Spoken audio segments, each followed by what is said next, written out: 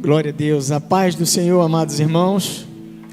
Que maravilha ter a oportunidade de falar de Jesus com a igreja nessa noite.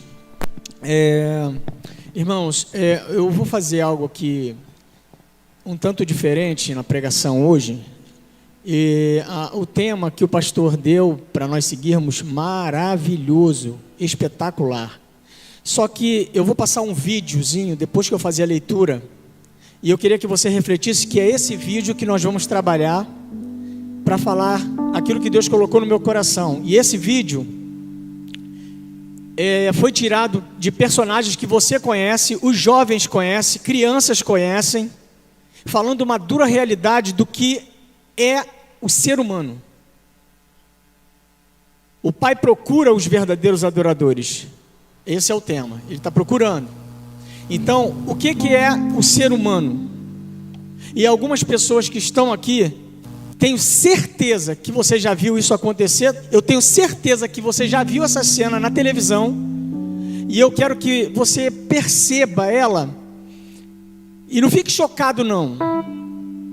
É um pouquinho pesado. É 4 minutos da oportunidade que eu tenho de pregar. E nós vamos falar sobre um novo nascimento.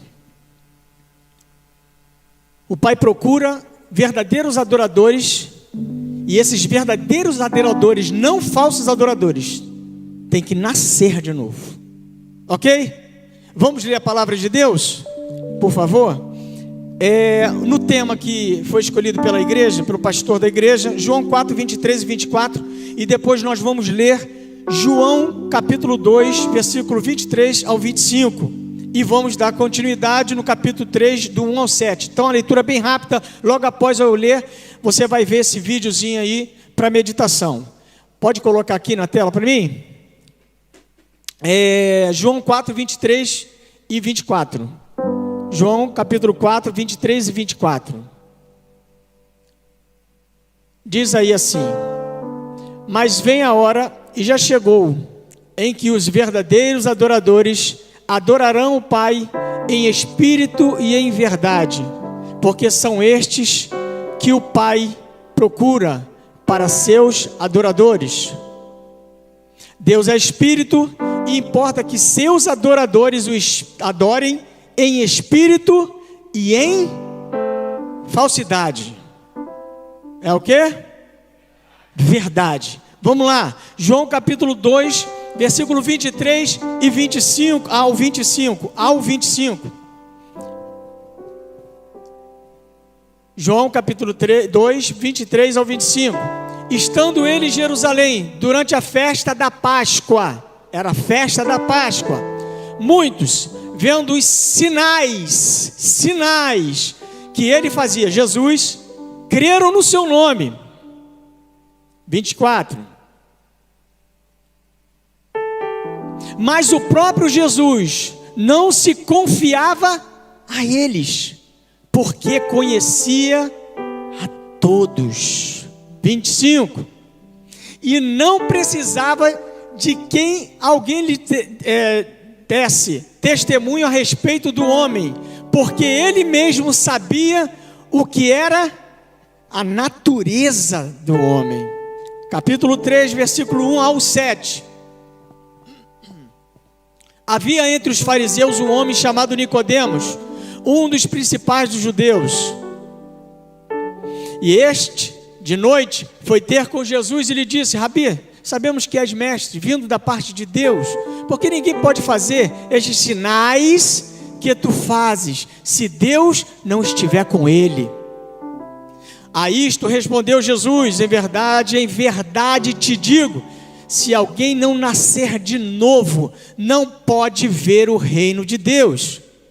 Perguntou-lhe Nicodemos: como pode um homem nascer sendo velho? Pode porventura voltar ao ventre materno e nascer a segunda vez? Respondeu Jesus: em verdade te digo, quem não nascer da água e do Espírito não pode entrar no reino de Deus. O que é nascido da carne é carne, e o que é nascido do Espírito é Espírito. Não te admires de eu te dizer: Importa-vos é nascer de novo. Senta um minutinho, por gentileza, e preste atenção nesse vídeo. Pode soltar aí.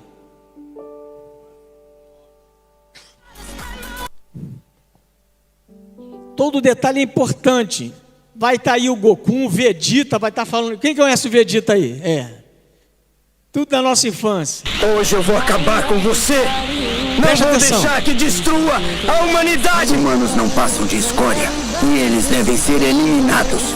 O homem, ele foi flagrado no momento em que coloca fogo em um morador em situação de rua que estava dormindo, inclusive, uma baita covardia. Foi assim e cheguei à conclusão de que os humanos devem ser extintos. Ninguém tá ajudando. Vai mandar mais. Eu queria perguntar um negócio pra você mais. Para lançar a filmagem. Você chega agora, tá quanto por dia? Por dia? Trabalha. O único erro dentre todas as criações de Deus é a humanidade.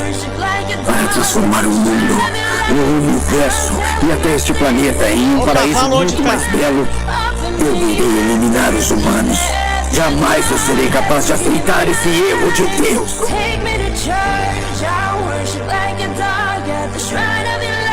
O morador de rua está caído e sem poder se defender. Ele é agredido covardemente com chutes, socos, pauladas. Eu pareço um palhaço que começa movimento? Eu matei aqueles caras porque eles eram péssimos. Todo mundo é péssimo hoje em dia. É o que basta pra gente enlouquecer. Se fosse eu morrendo na calçada, vocês passariam por cima de mim. Passo todo dia por vocês e não ligam pra mim. Joyce se pergunta até onde vai a maldade do ser humano. E fazerem isso com uma criança? O filho dela tem 16 anos, sofre de autismo e gigantismo. Na quarta-feira, o jovem foi vítima de bullying e agressões dentro da escola. As meninas veio distraindo ele, bateu nas costas dele, colou um papel escrito "me chuta e me fura". E aí ele pegou e virou. Quando ele virou, foi saindo, fizeram a rodinha, começaram a chutar ele e a furar ele com a agulha. Você já viu como é que é lá fora, Murray? As pessoas só gritam e berram umas com as outras. Ninguém nunca é educado. Ninguém pensa como é estar no lugar do outro cara. Olha como ele ficou no hospital. Os braços e as pernas de Juan Michael da Silva Castro, de 9 anos, estavam dentro de 2 malas na casa onde ele morava. Foi a própria mãe, Rosana Auri da Silva Cândido, de 27 anos, que matou e esquartejou o garoto com a ajuda da companheira. Depois que o menino estava morto, ela teve a ajuda da companheira Cássila Priscila Santiago Damasceno Pessoa. As duas esquartejaram o Juan para colocá-lo dentro de uma mala. E ainda tentaram queimar os olhos e até mesmo a pele do garoto para dificultar a identificação do corpo. Eu quero que alguém me mate agora, diz o menino. Pais, eduquem seus filhos. Esse Está pedindo para morrer por causa do bullying. disse a mãe do garoto. Está pedindo para matarem ele. Segundo a denúncia, um menino de 11 anos era mantido acorrentado dentro de um tambor de metal. Eles encontraram o garotinho acorrentado a um tambor, debaixo de um calor de mais de 30 graus. O garoto estava subnutrido, com aproximadamente 25 quilos. Ele falou que fazia 3 dias que ele estava sem comer naquela situação. E às vezes davam casca de banana para ele. Apesar de tudo que o pai fazia, ele ainda pediu para não fazer nada com o pai dele, que ele amava o pai. Garotinho sendo humilhado. Seu planeta estava à beira. Trabalhador sendo roubado. Eu consegui impedir isso. Porque você matou metade do planeta. Um pequeno preço a se pagar pela salvação. Você é insano. Pequeno é matemática simples. Esse universo é finito, os recursos são finitos. Se a vida ficar sem controle, a vida deixará de existir. Necessita de correção. Você não sabe isso!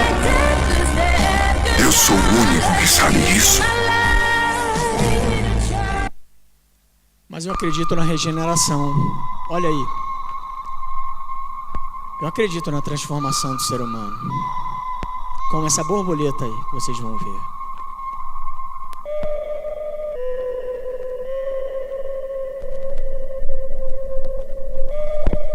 Feia, horrível, assim como é o homem com o pecado. A transformação de uma borboleta é super dolorosa. Todas as proteínas que tem dentro dela tem que ser jogada para fora para fazer o casulo, para ela sofrer a metamorfose. E é extremamente doloroso. E pasmem, nem todas as borboletas saem de dentro do casulo, porque a transformação é muito dolorosa. Um ser feio, a lagarta é feia.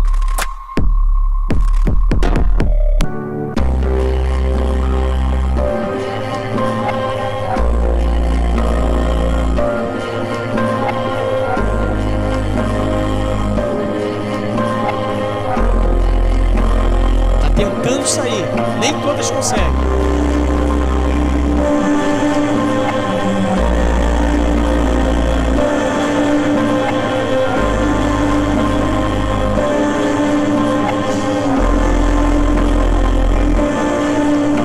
Olha no que se transformou aquele ser tão feio, um ser lindo e maravilhoso. Amém? Muito bem, queridos. Eu quero começar a mensagem justamente refletindo sobre tudo que você viu aqui nessa noite. Eu acredito que você já deve ter visto em casa isso. E eu quero frisar o versículo de número 7 de João, capítulo 3, o versículo 7, por favor. João, capítulo 3, versículo 7.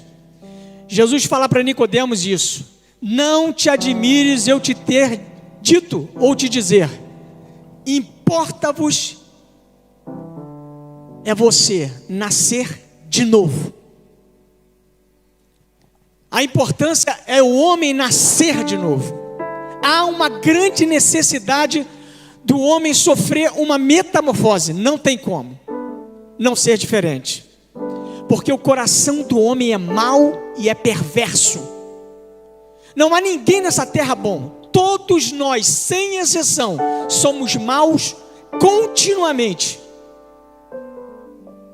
Não tem apóstolos de dia de hoje, bispo, padre, pastor, evangelista, presbítero, diácono, semideus, PhD em teologia, do que quiser, divindade. Todos nós somos pecadores maus continuamente. O homem precisa de uma transformação. O homem precisa urgentemente de um novo nascimento. Jeremias capítulo 17, versículo 9 e 10, diz que o coração do homem é perverso. Assim me disse o Senhor, capítulo 17, versículo 9 e o versículo 10, diz assim: enganoso é o coração, mais do que todas as coisas, desesperadamente corrupto, quem o conhecerá? O 10, eu, o Senhor, esquadrinho o coração, e isto para dar a cada um segundo o seu proceder, segundo os frutos das suas ações. O coração do homem é enganoso, é perverso, é mau, ruim. A nossa raça tem a capacidade de fazer coisas e de inventar males, como diz a Escritura. Somos inventores de males. Precisa de transformação. O único ser que é capaz de te beijar, de te abraçar e dizer tamo junto, é o mesmo ser que na esquina está falando mal de você, está acabando contigo. E quando acaba de acabar com você de todas as formas, quando ele sai dali, ele tem a capacidade de, naquele momento que ele está te destruindo, ele voltar para você de novo, te beijar, te abraçar e dizer tamo junto. Somos maus, perversos. Abre por favor aí em Marcos, capítulo 7, verso 20 ao 23. A Bíblia ela fala tudo que nós somos, não tem nada escondido. E dizia: o que sai do homem, isso é que contamina o homem. Versículo 21, porque de dentro do coração dos homens é que procede os maus desígnios, a prostituição, os furtos, os homicídios, os adultérios, a avareza, as malícias, o dolo, a lascívia, a inveja, a blasfêmia, a soberba, a loucura. Ora, todos estes males vêm de dentro do homem, e isso é que contamina o homem. O homem é mau, a mulher é má, perversa, somos maus. Por isso Jesus fala para Nicodemos que havia uma necessidade dele nascer de novo. Ele procura os verdadeiros adoradores, não os falsos adoradores, que o adorem de verdade, que tiveram um novo nascimento, um encontro com Ele. Mas alguém fala para mim assim: pastor, eu não sou tão ruim assim.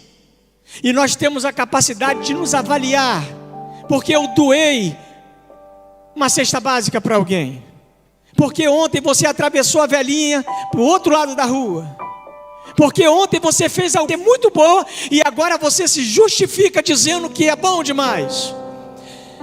Abra por favor em Isaías 64, versículo de número 6.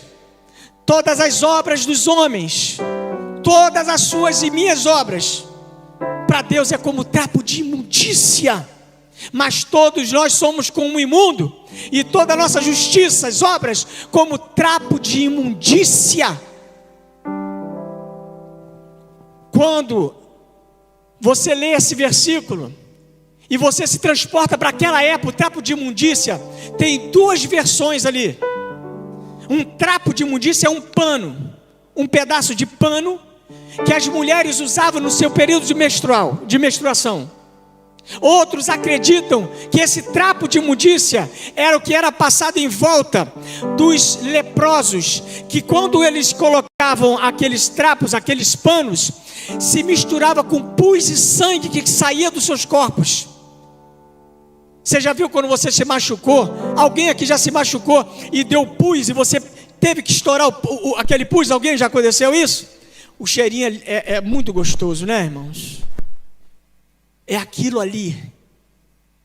É literalmente aquilo ali que Deus vê todas as obras que eu e você fazemos e nos justificamos dizendo: eu sou bom pra caramba, eu sou fera, eu ajudo todo mundo, eu sou o cara, eu sou...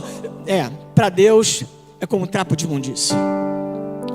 Em Romanos vai dizer que o homem não vai ser salvo por obras, mas ele vai ser salvo pela fé, pela graça, favor não merecido. É por isso que nós vamos ser salvos. Não é porque nós julgamos ser bons, é porque Deus é bom e nos compreende. Quem era Nicodemos? Quem era Nicodemos? Nicodemos era o principal da sinagoga. Era um tipo de sinédrio da época. É um sinédrio. Ele fazia parte do sinédrio. Esse sinédrio, para você entender quem era Nicodemos, olha para mim. Quem era Nicodemos? Ele compunha um sinédrio que era composto de 71 membros, sendo um o sumo sacerdote, que na época de Nicodemos era Caifás. Nicodemos fazia parte desse sinédrio, então ele era um homem muito importante. E para compor esse sinédrio, tinha alguns segmentos, que eram os saduceus, os fariseus, que eram os mais ortodoxos, os caras mais salgado que tinha, e Nicodemos era fariseu. Tinha os anciões e tinha os escribas, e faziam parte do sinédrio. E ele era um principal dessa sinagoga. E para ele fazer parte desse sinédrio, ele tinha que conhecer de cabeça o Pentateuco todo: Gênesis, Êxodo, Levítico, Números e Deuteronômio, de cabeça. Além de conhecer todos os versículos de capítulos, ele tinha que ditar e explicar, sem ler nas escrituras, todas as 613 leis mosaicas. Sem botar a mão lá, ele tinha que explicar tudo bonitinho, em ordem crescente e decrescente, certinho. Nicodemos orava 3 vezes ao dia. Nicodemos era um fariseu tão ortodoxo, o cara era tão terrível, a fé dele era tão envolvida, que ele dava o dízimo das hortaliças. A horta, ele tirava o dízimo dali, porque ele levava a coisa muito a sério. Eles fiscalizavam os judeus, quem estava fazendo certo e quem estava fazendo errado. Eles representavam os judeus diante do Império Romano. Então a importância de Nicodemos era muito grande. E as Escrituras vai dizer que Nicodemos precisava nascer de novo. Talvez Nicodemos era mais crente do que eu e você, irmãos. Você ora 3 vezes ao dia? Nós oramos 3 vezes ao dia? Memorizamos a Bíblia como deveríamos memorizar? Não. Há crianças de Israel que precisam, quando eles são separados para sacerdócio, para trabalhar na área sacerdotal lá, eles precisam entrar por um caminho de decorar a Torá toda. Talvez Nicodemos era mais crente do que nós, sim. Porém, Nicodemos precisava nascer de novo. No versículo 2 do capítulo 3, olha o que faz Nicodemos ir até Jesus. Capítulo 2, versículo 23. Nicodemos vai até Jesus por causa dos sinais. Estando ele em Jerusalém durante a festa da Páscoa, muitos vendo os sinais que ele fazia, creram no seu nome. E nesse cenário estava justamente Nicodemos. Nicodemos viu os sinais que Jesus fazia, e os sinais atraíram Nicodemos até Jesus. Quantas pessoas hoje que eu e você conhece que foram para a igreja por causa de sinais? Quantas pessoas procuram a igreja por causa simplesmente dos sinais? Profecia, revelamento, retetel. Vive o misticismo. Procuram sempre sinais, sempre sinais. E diz a Bíblia Sagrada que ele fala que Jesus era realmente o Filho de Deus e enviado por Deus, porque ninguém podia fazer os milagres que ele fazia se esse que está fazendo os milagres não fosse enviado por Deus. Nicodemos reconhecia que Jesus veio de Deus. Nicodemos reconhecia que Jesus tinha autoridade de Deus.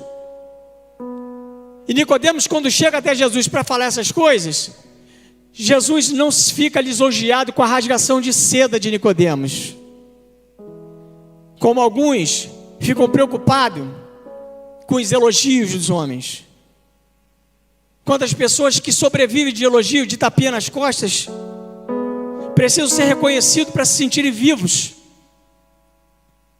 Precisam de reconhecimento para que continuem seguindo. Jesus vai direto ao ponto com Nicodemos. Vê aí para mim o versículo de número 20, capítulo 3, e o versículo de número 2. Este de noite foi ter com Jesus e lhe disse: Rabi, sabemos que és mestre vindo da parte de Deus, porque ninguém pode fazer sinais que tu fazes se Deus não estiver com ele. Versículo 3. E isto respondeu Jesus. Ele elogia Jesus e Jesus ignora o elogio dele, o reconhecimento dele, e vai direto no ponto. Em verdade te digo que se alguém não nascer de novo, não pode ver o reino de Deus. Nicodemos fica apavorado. Você conhece muito bem a história. Ele não consegue entender. Como é que pode um homem nascer de novo? Então eu volto de novo para o ventre da minha mãe e nasço de novo? Acreditava-se, pois Nicodemos era um camarada estudado, filósofo, da época, para ser parte do Sinédrio, o cara teria que entender de filosofia antiga, e na filosofia antiga acreditava-se na encarnação. Por isso que ele acredita que ele poderia voltar, ele cita isso como se ele pudesse voltar de novo, a barriga da mãe e nascer de novo. O espiritismo só cresce no Brasil, irmãos. A França já foi um dos berços de espiritismo, e hoje já não é mais. Aonde é o berço do espiritismo é o Brasil, que ainda cresce alguma coisa. E Jesus fala para ele justamente ao contrário. João 3, Jesus vai falar para ele o seguinte, versículo 5, do capítulo 3, abra por favor aí. Respondeu Jesus: em verdade te digo, que quem não nascer da água e do Espírito não pode entrar no reino de Deus. E aqui tem uma reflexão tremenda sobre esse assunto. Nascer da água e do Espírito. Algumas pessoas acreditam que porque ele é batizado nas águas, como confissão de fé, ele está salvo. E eu tenho que te dar uma triste notícia. O batismo nas águas, se você se garantir nele e não viver uma vida correta em Cristo, ele só foi uma simbologia. O batismo nas águas não te garante a sua estadia no céu. Quantos que você conhece que são batizados nas águas e estão desviados? Quantos que foram batizados nas águas e hoje não frequentam mais templo nenhum? Quantos que foram batizados nas águas e hoje foram para o espiritismo? Conheço um monte, irmãos, vários. Quantos que nós conhecemos que foram batizados nas águas e hoje estão numa boca de fumo? Estão no prostíbulo? Quantos? João diz que o que importa é você produzir, eu e você produzir frutos dignos de um verdadeiro arrependimento. Um verdadeiro arrependimento em Cristo é produzindo frutos. O batismo, ele pode camuflar algumas pessoas nas águas. Mas o que quer dizer aqui nascer da água do Espírito então? Também tem um pensamento sobre a água é a palavra de Deus. Você e eu temos que nascer da palavra. Vamos ver aí? Olha o que diz a palavra de Deus aí, ó. João 15, versículo 3. João 15, verso 3. A água é a palavra, temos que nascer dela. Vós já estáis limpos pela palavra que vos tenho falado. Efésios capítulo 5, versículo 25 e 26. Temos vários textos que falam que esse novo nascimento teria que se nascer da água e do Espírito, tem que se nascer pela palavra. Maridos, amai vossas mulheres, ou a sua mulher, como também Cristo amou a igreja e a si mesmo se entregou por ela. 26. Para que a santificasse, tendo-a purificado por meio da lavagem de água, pela palavra. 1 Pedro capítulo 1, versículo 23. É a palavra que limpa. Pois fostes regenerados, não de semente corruptível, mas de incorruptível, mediante a palavra de Deus, a qual vive e é permanente. Tito capítulo 3, versículo 4 e versículo 5. Tito capítulo 3, versículo 4 e versículo 5. Quando, porém, se manifestou a benignidade de Deus, nosso Salvador, o seu amor para com todos, não por obra de justiça praticada por nós, mas segundo suas misericórdias, ele nos salvou mediante o lavar regenerador e renovador do Espírito Santo. Regeneração, palavra. Tiago 1,18. Tiago capítulo 1, versículo 18. Pois segundo o seu querer, Ele nos gerou pela palavra da verdade, para que fôssemos como primícias das suas criaturas. A palavra tem que entrar dentro de nós. A palavra tem que fazer diferença dentro do ser humano. Quando ela entra, ela transforma o homem. Há uma mudança dentro dele. Nascer da água e do Espírito é ouvir a palavra, recebê-la, crer, ter fé, e essa palavra mudar o nosso comportamento. A nossa natureza, ela é completamente inundada pelo Espírito de Deus, é transformada. Aquilo que você gostava de fazer, que não agradava a Deus, hoje você odeia. Você hoje ama tudo que Deus ama e odeia tudo que Deus odeia. É uma pessoa regenerada em Cristo. O homem é perverso na sua natureza. Somos filhos de Adão e Eva. O evangelista Regis falou aqui que nós estamos num processo de santidade.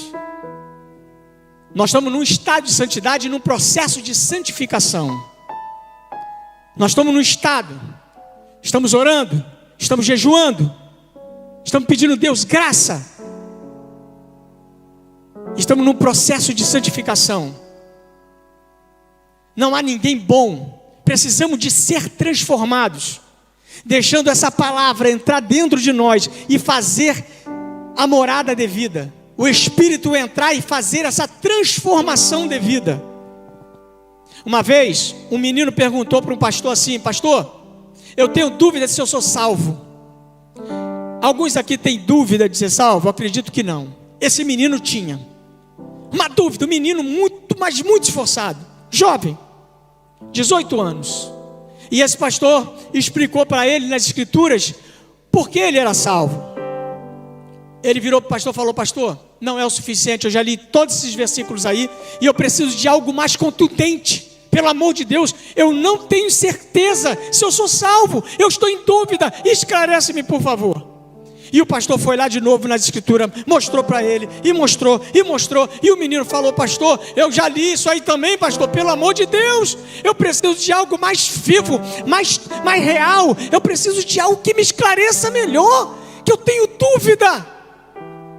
E o pastor ficou um pouquinho chateado.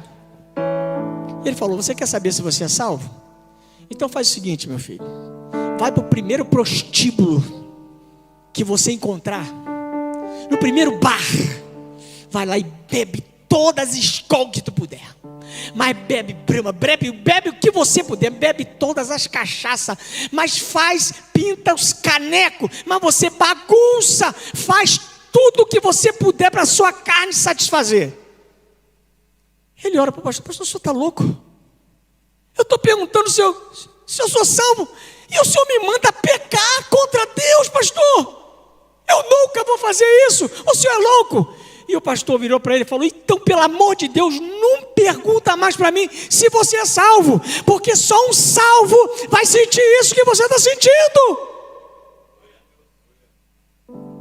Respondida a pergunta. Uma pessoa que é lavada, remida, transformada, regenerada, ela já não sente mais o desejo do pecado. Ela sente o desejo de estar próximo de Deus. Ele tem prazer em estar na casa de Deus. Ele tem prazer em ler a palavra de Deus. Ele tem prazer em não fazer aquilo que você não viu no vídeo. Ele tem prazer em fazer o bem. Ele sente necessidade. Ele foi nascido da água e do Espírito, transformado.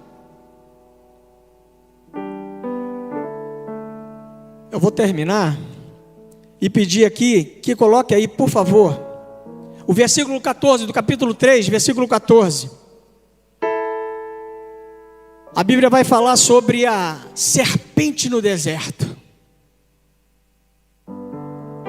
E de modo que, porque Moisés levantou a serpente no deserto, assim importa que o Filho do Homem seja levantado.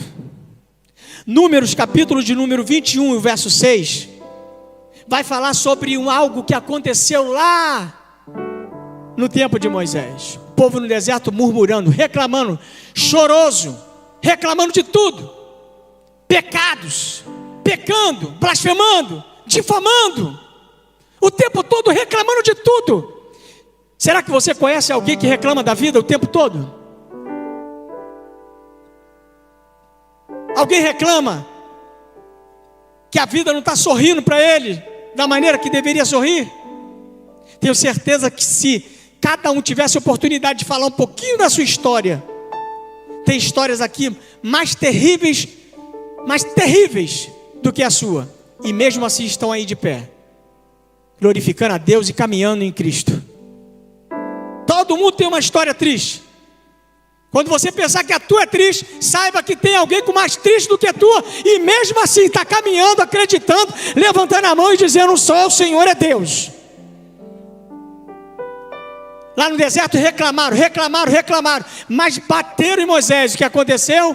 Veio serpentes, e as serpentes, a picada dela ardia, que queimava, queimava, e o veneno era terrível.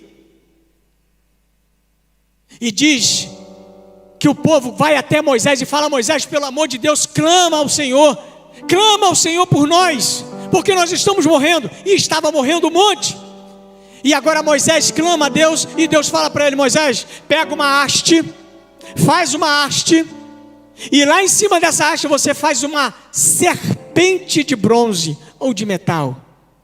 E todo aquele que foi picado pela serpente, quando olhar para a haste com a serpente de metal, vai ficar curado. Moisés foi lá e fez justamente isso. E todos que eram picados, que estava quase à beira da morte, ia até lá, olhava para a serpente e ficava curado.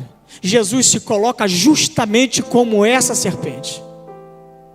Importa que o Filho do Homem seja pendurado. Ele se faz a serpente, ele se faz o mal. Jesus se faz um verme. Que isso, pastor? Bate na boca. Abra a Bíblia aí, por favor. Salmo capítulo 22, verso 6. Salmo messiânico. Jesus se transforma num verme, o Criador de tudo, o Senhor de tudo. Mas eu sou verme e não homem, o opróbrio dos homens e desprezado do povo. Ele se faz pecado por nós. E ele está falando justamente isso para Nicodemos. Eu me faço pecado por vocês. Nicodemos, eu te conheço o suficiente e te digo que você ainda não é crente, Nicodemos. Você sobe monte, desce monte, 3 vezes você ora por dia, você jejua, você faz caridade, e ainda assim você não nasceu de novo, Nicodemos, porque você se garante nas obras que você faz. Naquilo que você faz é que você se garante. Você se acha o mais perfeito de todos, o mais perfeita de todas. E por isso eu te digo, nasça de novo, porque o seu coração é mau. Eu pergunto à igreja, se Deus colocasse aqui hoje, no telão aqui, o coração de cada um de vocês, e a gente ficasse aqui num culto, para rolar até de madrugada, para Deus mostrar o que passa no coração de cada um, você ficaria no culto? Você ficaria no culto, irmão? Ai, Jesus. Já pensou Deus revelar aqueles pensamentos que você teve esses anos da tua vida todo, e que você não pediu perdão, que você não se arrependeu? Já pensou Deus expor tudo que ninguém viu? Aqui, ó, aquilo que ninguém viu, ninguém sabe, aquilo sabe. Você não pode contar nem para ninguém, porque é tão vergonhoso. Dá até cadeia, tá? Da prisão. Aquele segredo que ninguém sabe, ninguém pode saber. Ai, meu Deus. Jesus levou isso tudo lá no madeiro por nós. A raça humana, como é que é o nome daquele cara lá que no final do vídeo é Thanos, como é que é? Jovens aí, Thanos. Ele fala uma verdade. Em parte é uma verdade. A raça humana precisava de um controle. Na cabeça dele, ele tinha que exterminar e começar de novo. Deus não fez isso. Deus enviou seu Filho, irmãos. Era para todos nós termos sido exterminados, não por um estalar do dedo, um sopro só da boca dele, acabar com tudo. Mas ele olhou com seu olhar de misericórdia. Alguém falou assim, uma vez, para uma jovem universitária: por que Deus, sendo bom, não acaba com o mal? Deus sendo bom tem que acabar com o mal. Por que um Deus bom permite o mal? Alguém já perguntou isso para você? Por que? Calma aí. Se Deus é bom, por que o mal existe? Por que Deus não acaba com ele? E a resposta da universitária foi sensacional. Bênção. Ela falou: se Deus terminar com o mal, você já era, filho. Ele vai te acabar contigo. Não, mas você é bom o suficiente. Você é essa santidade toda. Você é essa pureza toda. Pisa no teu pé, você está... Deu mais uma pisadinha que não deu, não precisa. Você é essa toda santidade. Se Deus terminar com o mal, acaba com você também. Louvado seja Deus, que Ele morreu por nós. E hoje nós temos a esperança nele, de naquele grande dia, Ele chamar cada um de nós pelo nome. É por causa da graça, favor não merecido, que um dia nós olhamos para o alto, olhamos para a cruz, e essa cruz hoje nos sarou das nossas enfermidades. Você pode ficar de pé. Ele está procurando verdadeiros adoradores, que adoram o Pai em espírito e verdade. E para adorar o Pai em espírito e verdade, tem que nascer de novo.